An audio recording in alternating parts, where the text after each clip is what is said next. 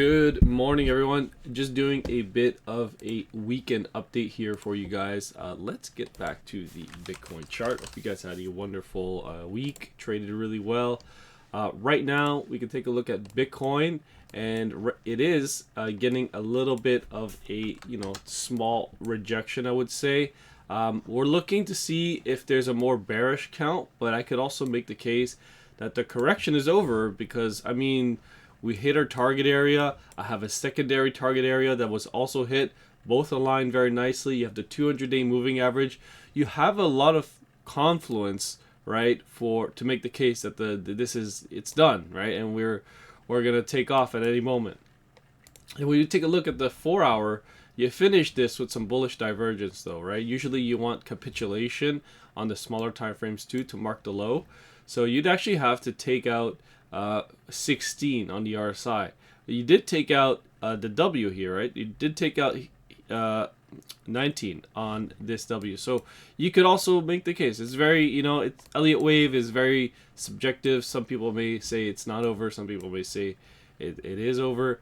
But right now, if it is going to correct, you need to get a three-wave move up, and it needs to fail. If this fails, and let's say you rally back.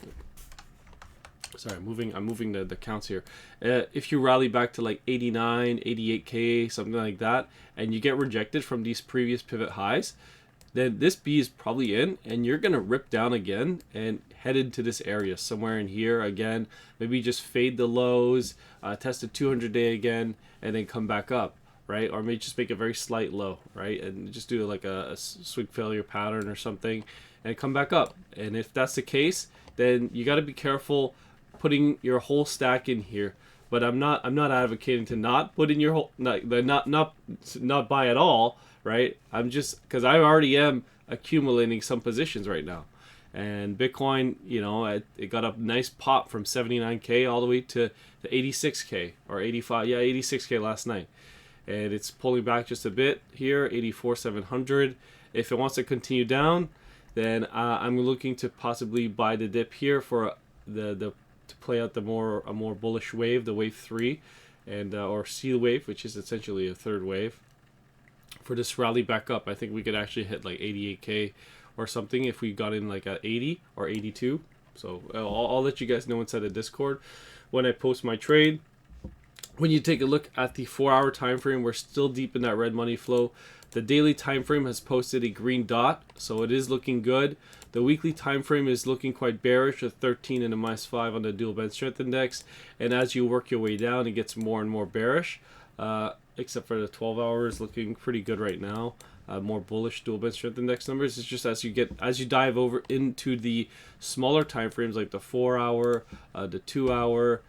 It is looking like it wants to roll over, but again, then you go to the 30-minute, and you can make the case that the dump is already done. This correction is over, and we're actually gonna turn higher here and take out these highs and go straight to 90K, which would be a very more bullish crash correction towards the upside.